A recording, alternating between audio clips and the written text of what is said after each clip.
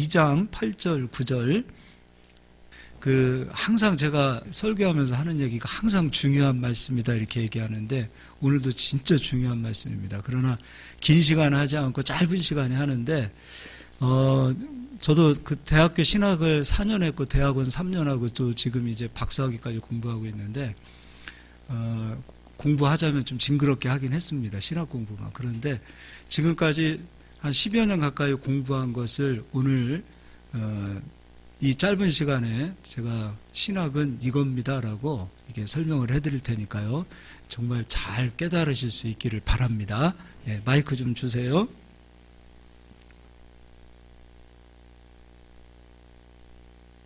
우리가 잘 알다시피 북이스라엘의 초대 왕 이름이 누구죠? 여시로 시작합니다.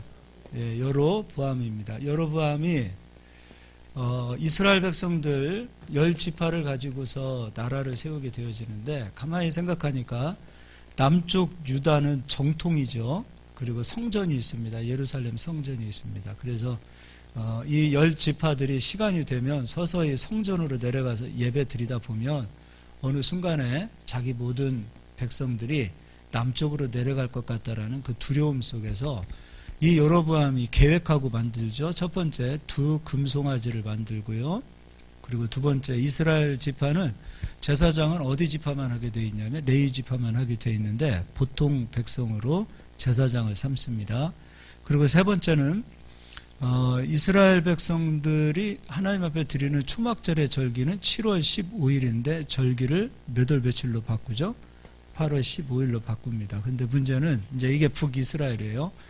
처음에는 하나님의 말씀으로 비춰보았을 때는 이게 틀렸다를 분별하게 되어지고 실제로 이제 틀렸다라고 여긴 사람들은 진리가 있는 곳으로 내려옵니다. 그런데 그냥 이 자리에 주저앉아 있는 나머지 백성들은 시간이 지나죠. 100년 지나고 200년 지나고 300년 지나고 400년 지나고 500년 이렇게 지나니까 진짜 진리를 들어보지 못하게 되어지는 상황이 되어지고 또 2 금송아지가 너희를 인도하신 우리의 조상 하나님이라고 가르쳐 놓았기 때문에 법이 다른 진리가 다른 그것이 마치 하나님께서 우리에게 명하신 법인 것처럼 이스라엘 백성이 섬겼단 말이죠.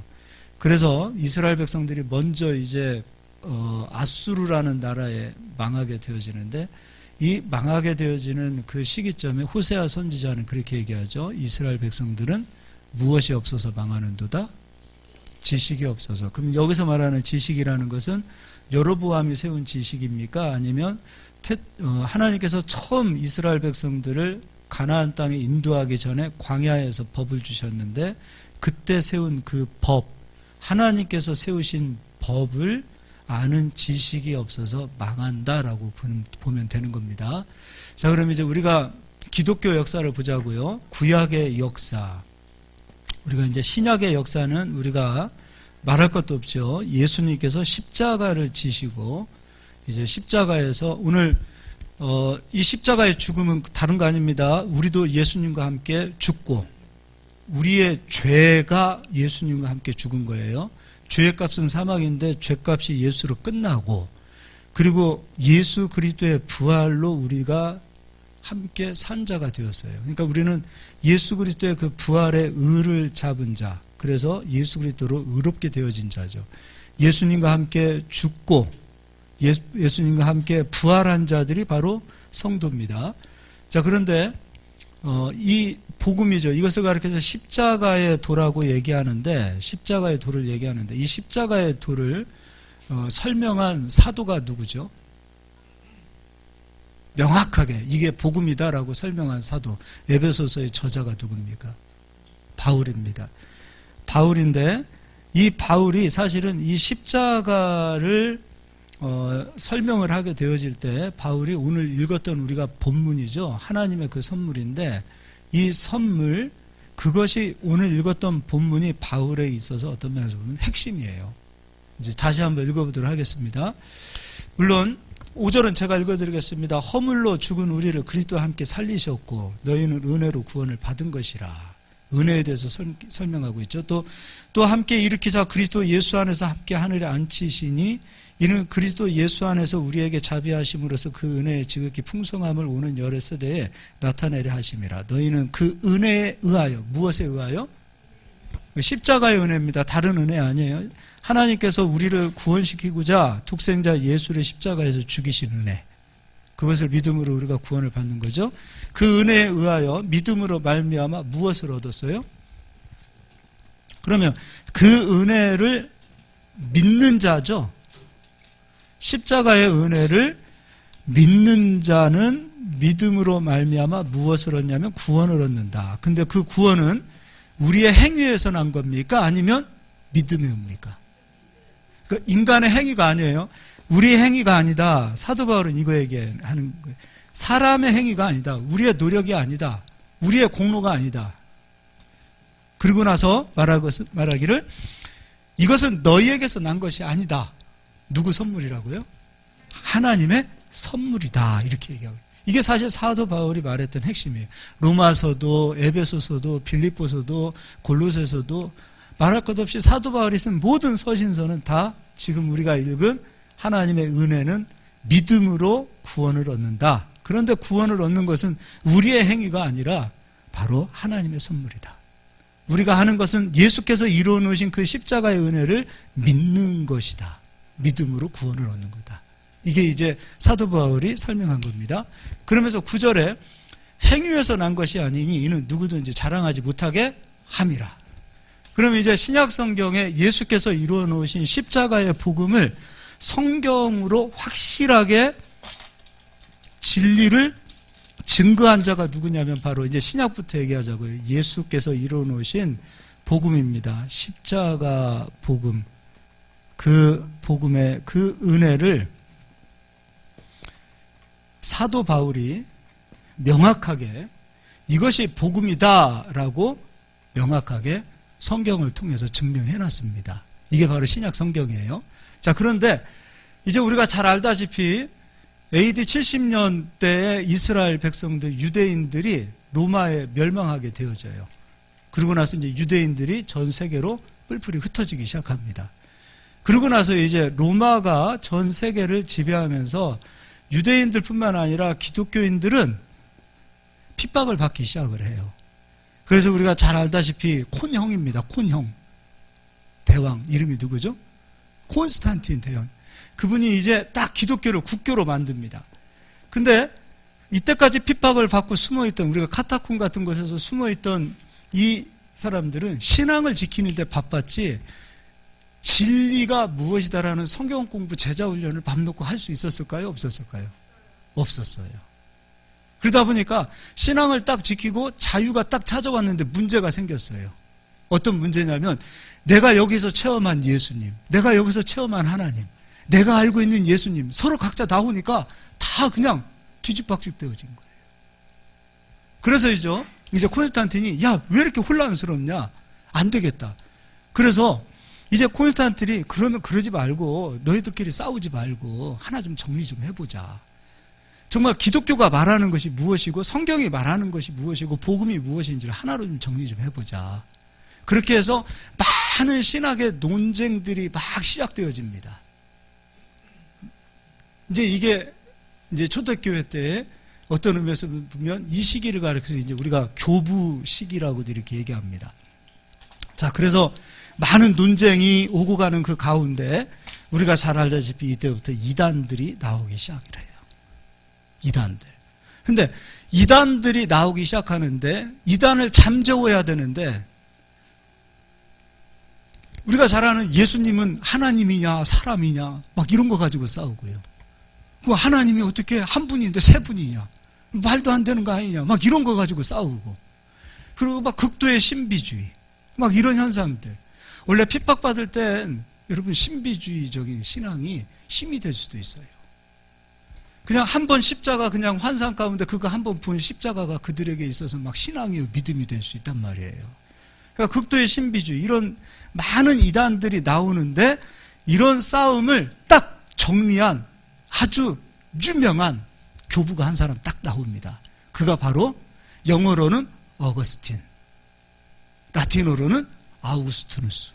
사진 한번 보도록 하겠습니다. 네, 맨 처음에 사진 우리가 어거스틴, 그냥 영어로 어거스틴 하자고요. 어거스틴. 이 어거스틴이라는 사람은 354년에 태어나서 430년에 죽어요. 근데 어거스틴이라는 저분입니다. 어거스틴이라는 그 뜻은 좋은 징조, 덕망 있는 사람 이런 뜻입니다. 근데 우리가 잘 알다시피 어거스틴은 방탕했습니까? 방탕했습니까? 방탕하라고 얘기하잖아요. 근데 이분이 32살에 회심을 합니다. 근데 로마서 13장 말씀을 딱 듣고 방탕하지 말라. 방탕하지 말라. 방탕한 자에게 방탕하지 마라. 그 말씀을 듣고 이 사람이 거기서 회심을 합니다. 근데요, 어거스틴은 방탕하다고 우리가 막 그렇게 얘기하지만 실질적으로 제가 어거스틴을 이렇게 보니까 우리가 생각하는 요즘처럼 막 탕자, 방탕 막 그런 사람은 아니에요. 무엇이 진리일까? 고민하고 갈등하고 막 진짜 그 어머니는 우리가 잘 알다시피 굉장한 신앙을 가지고 있지만 아버지는 약간 좀 다른 종교를 믿었던 사람이에요. 근데 그런 가정에서 태어나서 무엇이 진리인가 그것 때문에 고뇌하고 갈등하고 그런 그 고뇌와 갈등이 많았던 사람이에요. 물론 방탕도 했지요. 그런데 32살에 회심을 하고 33살에 이 사람이 세례를 받습니다. 세례를 받고 37살에 교부가 되어져요. 그러니까 요즘 말로 하면 교회 담임 목사님이 됩니다. 근데 이분이 신학을 정립을 하는데, 자, 이분에게서 어거스틴입니다. 어거스틴에게서 바울에서 이제 어거스틴으로 가자고요. 바울에서 어거스틴. 이때가 이제 400년으로 보자고요. 400년. 바울은 AD 우리가 잘 아는 한 70년 정도, 100년 이전 사람으로 보자고요. 자, 그러면 이 어거스틴이라는 사람이 와서 첫 번째 삼위일체를 딱 이야기합니다. 이것이 삼위일체입니다라고 얘기해요. 그 두 번째, 그리고 세 번째, 두 번째 갑자기 생각이 안 난다. 세 번째 구원에 대해서 무엇이 구원이다. 두 번째 원죄는 무엇이다 라고 얘기해요. 근데 이제 이 구원에 대해서만 얘기하자고요. 어쨌든 어거스틴이 삼위일체 이야기하고 원죄를 얘기해서 그때 삼위일체가 딱 정립이 되어지면서 삼위일체를 다르게 이야기하는 것은 딱 이단이다라는 것을 명확하게 알게 되어져요. 그리고 이제 원죄도 마찬가지입니다. 아담의 타락으로 인해서 선악과를 먹음으로 인하여 모든 인류는 다 그 이후에 죄 가운데 죄로 태어났다. 이것이 이제 원죄입니다. 구원론은요, 이 시기에 구원론이 정립이 되려고 해서 됐던 것이 아니고 펠라기우스라는 사람이 나타납니다. 근데 펠라기우스를 따르는 사람들이 엄청 많아요. 세력으로 따지자면 펠라기우스가 기독교의 거의, 기독교, 예수 믿는 사람들에게 있어서 거의 대부분이었어요. 근데 펠라기우스는 무엇을 가르쳤냐면 사람에겐 의지라는 것이 있고 사람에게는 선한 부분이 있다. 그래서 사람이 노력해서 구원받을 수 있다.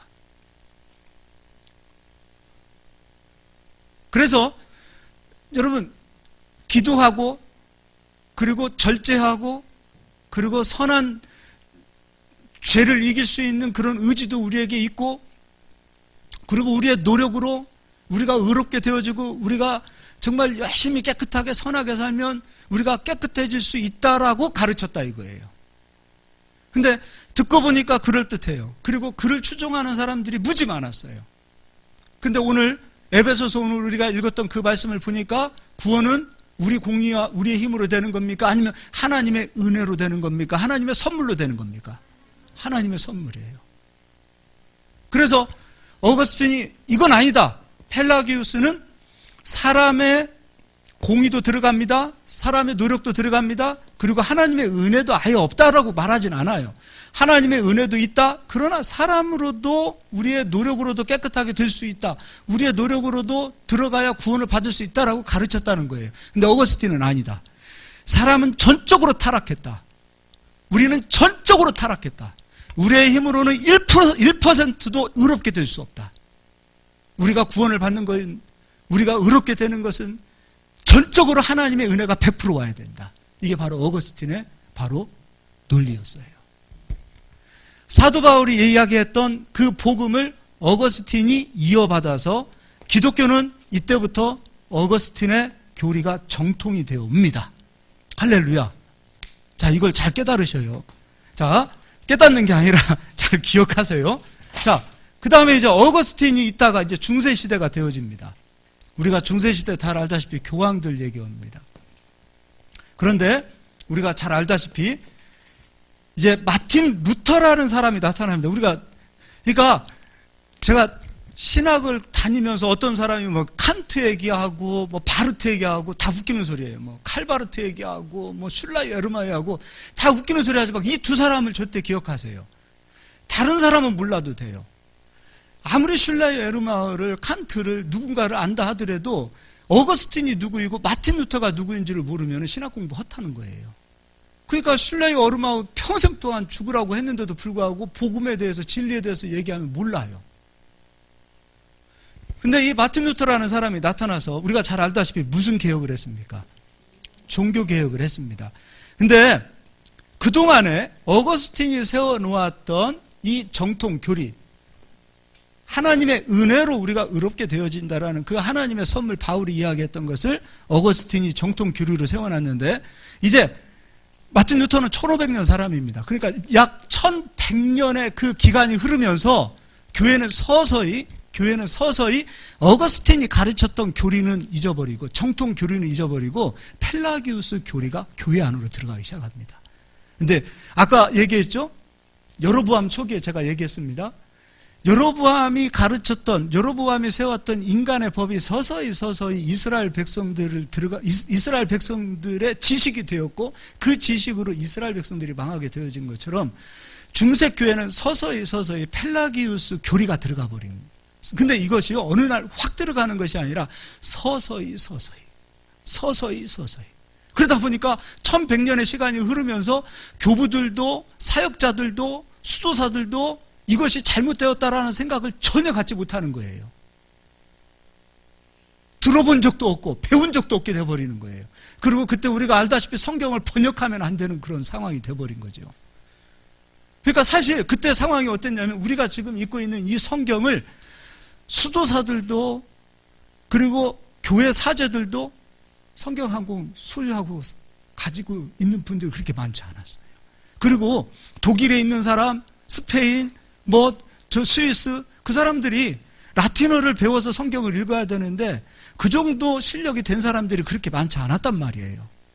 그러니까 그 당시에 성경을 배우는 사람들은 머리가 좋았고 머리가 좋지 않은 사람들은 성경을 몰랐겠지만 왜냐하면 라틴어로 다 봐야 되니까. 근데 이미 중세교회는 펠라기우스 사상이 서서히 침투돼가지고 어떤 것이 들어가게 되어졌냐면 인간의 공로가 들어가는 거예요. 사람의 노력이 들어가는 거예요. 그래서 중세 때 수도원들이 만들어지기 시작하는 거예요. 수도원의 시작은 아름답지요. 하나님과 만나고 하나님과 교제하고 하나님을 찬양하는 겁니다. 근데 서서히 은혜는 사라지고 우리가 노력하고 우리가 절제하고 우리가 금욕하고 우리가 기도해서 하나님의 그 어떤 공로에 이른다라는 그런 생각.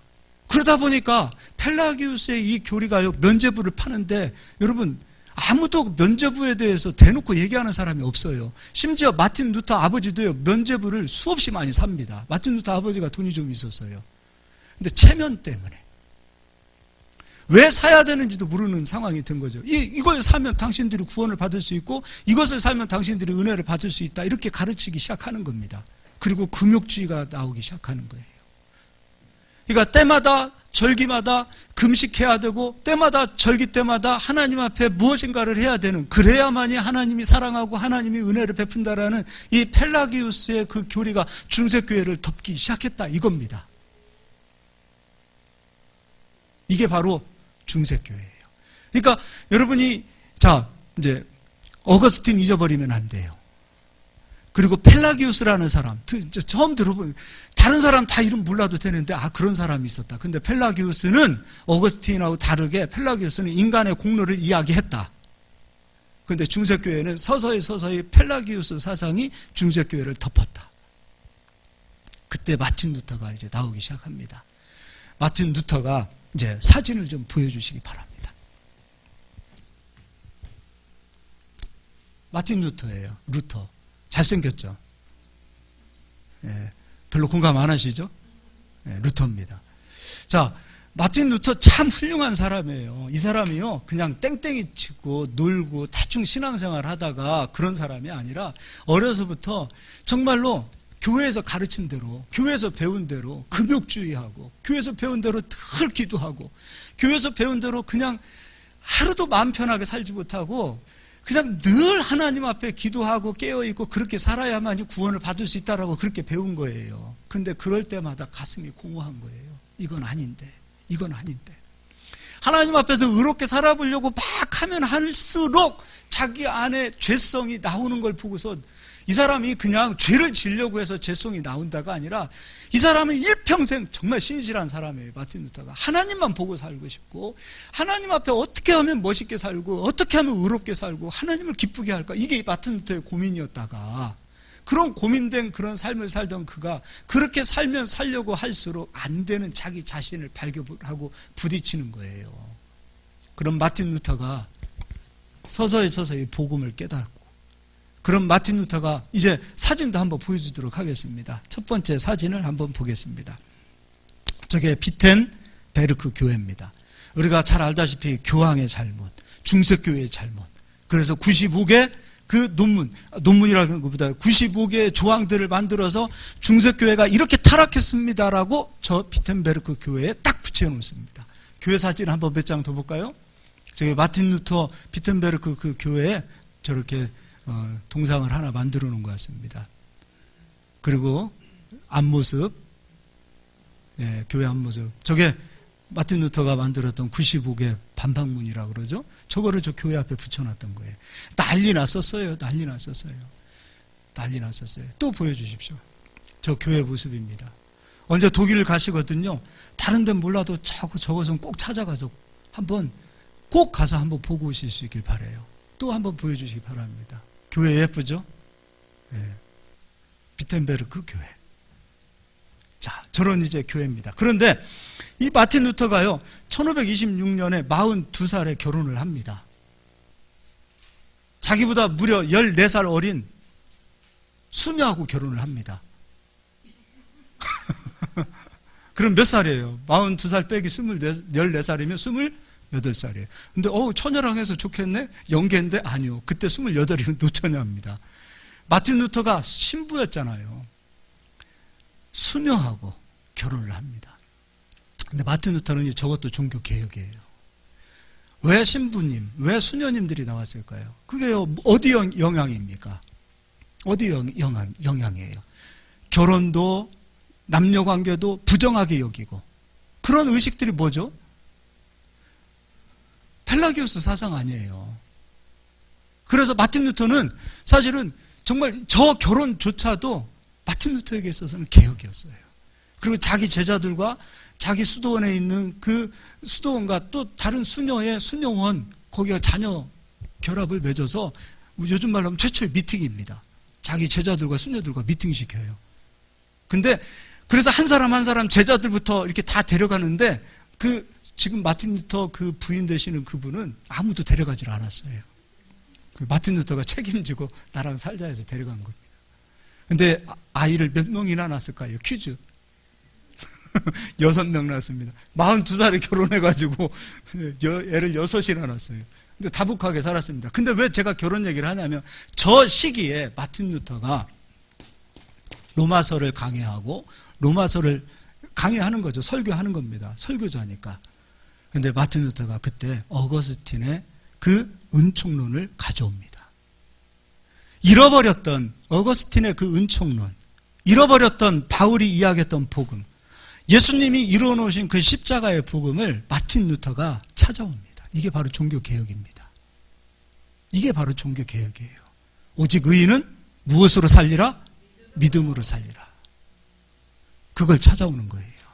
이게 바로 종교개혁이에요. 자, 제가 지금 이 이야기를 우리 교회에서 수없이 했어요. 만나는 사람들마다 십자가의 복음이 이것이다라고 이야기를 해요. 그런데 정말로 가슴 아픈 것은 권사님도 장로님도 목사님 이렇게 이야기하는 설교는 처음 들어봅니다라고 얘기해요. 부르신 교회에서 이야기하는 설교는 어거스틴이 세워놓았던 정통 교리요. 마틴 루터가 목숨 걸고 종교 교역해서 그 은총론을 찾아온 것이고, 예수님께서 이루어놓으신 십자가의 복음의 은혜를 선포하는데, 한국교회가 지금 이제 종교교육 500년이 흘렀습니다. 이제 500년이 흘렀어요. 이 복음을 잃어버린 거 아닌가 생각이 되어져요. 무엇만 남았냐면 펠라기우스의 인간의 공로만 남아버린 거예요. 특히 한국교회가 어디에 더 치중하고 있냐면 이 복음을 이야기하면 사람들이 복음에 부딪히는 겁니다. 마틴 루터도 마찬가지입니다. 그 당시 마틴 루터 100년 전에 면죄부에 대해서 얘기했던 어떤 사도는 화형당해서 죽습니다.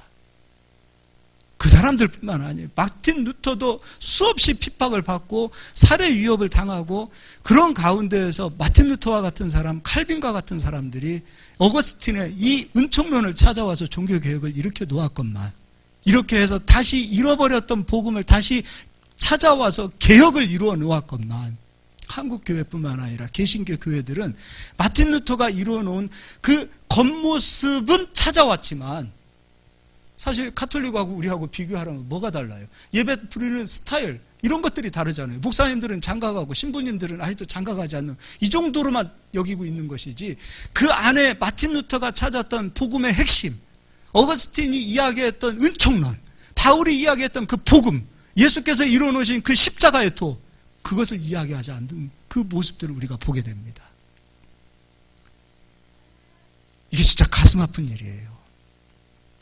이 은혜가 사라지고 인간의 공로가 들어가야만이 마치 하나님이 기도를 들으시고 구원을 주시는 것처럼 하나님의 선물이 서서히 인간의 공로로 하나님의 선물을 사와야 되는 그런 것으로 우리가 가르쳐놨다 이거예요. 거기에 세뇌가 되고 그 지식이 우리에게 깊이 나가명체, 우리의 돌덩어리처럼 우리 안에 새겨져 있는 이상 진리가 들어가니 진리를 외부인이 대적하는 것이 아니라 어거스틴이 세워놓았던, 그리고 마틴 루터가 세워놓았던, 그리고 바울이 세워놓았던 그 진리들을 대적했던 그 모든 사람들은 다른 사람들이 아니었어요. 바로 복음에 가까웠던 사람들이 진리의 복음을 대적하는 것이 바로 성경의 역사였어요. 마틴 루터도 어거스틴도요, 자기를 따르는 세력들이 많지 않았어요. 하나님께서 어거스틴이 세웠던 그 진리가 진리이기 때문에 어거스틴의 그 교리를 정통으로 세워주신 것이지, 민주주의의 그 숫자적인 다수로 놓고 보면 펠라기우스 쪽이 훨씬 많았습니다. 그런데도 하나님은 언제든지 역전시킵니다. 마틴 루터도 소수였습니다. 외로운 사람이었어요. 고독한 사람이었어요. 늘 살해 위협을 당했었어요. 심지어 그래서 그냥 숨어 있었던 때도 한두 번이 아니에요. 그런데 우리 한국교회도 복음은 어디 온데간데 없고 그냥 껍데기만 있는 거예요. 예배드리는 형식은 있어요. 이걸 진리라고 말할 수는 없는 거예요. 껍데기는 형식에 불과한 거예요. 경건의 모양은 경건의 능력이 될 수 없는 거예요. 진짜 경건의 능력은 복음이에요. 하나님의 선물, 은혜예요. 이게 바로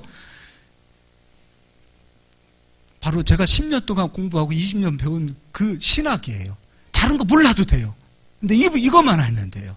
아, 이렇게 해서 교회가 세워진 거구나. 이렇게 해서 교회가 세워진 거구나. 먹물 들어가서 신학 공부하고 많이 공부를 했는데 정말 기둥과 같은 이 복음은 없어지고 맨 이상한 이야기들, 칸트의 무슨 이속론, 뭔 수없이 바르트의 그게 진리가 아니란 말이에요. 서서히 수많은 이론들이 이 진리를 무너뜨리고 있고, 지금 솔직하게 얼마나 공부들 많이 합니까? 얼마나 공부를 많이 합니까? 얼마나 답답하면 예수께서 우리의 모든 죄를 다 가져가셨습니다. 우리의 모든 죄와 불법을 이제 하나님 기억하지 않습니다. 이제 예수님과 함께 살고자 하는 그 예수 그리스도를 믿는 믿음으로 사는 그 모든 믿음을 이제 하나님께서 보시고 그 믿음의 열매를 하나님께서 받으실 것입니다. 이런 얘기하면 사람들이 그 진짜 말도 안 되는, 이런 얘기를 들으면은 그런 얘기를 처음 들어본다라고 얘기하는 것은 이미 이 한국교회도, 아니 개신교회도 지금 가슴 아프게도 이미 펠라기우스 사상이 서서히 침투해 와 있는 모습을 보게 됩니다. 솔직하게 그렇잖아요. 조상조 회개하라. 조상조를 회개해야 저주가 풀린다. 이런 얘기하면은 사람들이 거기에 대해서 우리 교회에서는 하나님 말씀을 듣고 그러니까 그래 틀렸다라고 얘기하지만 조상조 회개하십시오. 그러면 거기에 그러면 그런갑다 하고 조상조 회개하시는 분들 얼마나 많은지 아십니까? 하나님께 기도하기 위해서 적어도 40일 작정하고 1000일 작정 기도하고 1000일 예물을 드리고 그래야 하나님이 우리의 기도를 들어주십니다. 이런 얘기하면 사람들이 거부감 느끼지 않습니다. 제가요 이번 주 화요일 날에 치과를 갔습니다. 이빨이 너무 아파서 치과를 갔는데 치과에서 이빨이 너무 좋은데 이 이빨을 덮고 있는 잇몸에 뼈가 있는 거 아시죠? 그 뼈가 녹았더라고요. 그래서 참 이빨이 튼튼한데 왜 뼈가 녹았습니까? 그랬을 때 제가 그랬어요. 제가 목사인데 젊었을 때 하도 금식을 많이 해서 뼈가 녹은 것 같습니다. 그러면 그렇습니다. 그러더라고요. 저는요 진리가 무엇인지를 알고 싶었지만 진리를 가르쳐주는 분이 없었어요. 목사님들한테 고민을 털어놓으면 기도해, 금식해. 그런 얘기는 배웠어요. 목사님들한테 무엇인가 고민을 이야기하고 털어놓기 시작하면은 항상 하시는 말씀이 그거예요. 철야해, 기도해, 금식해.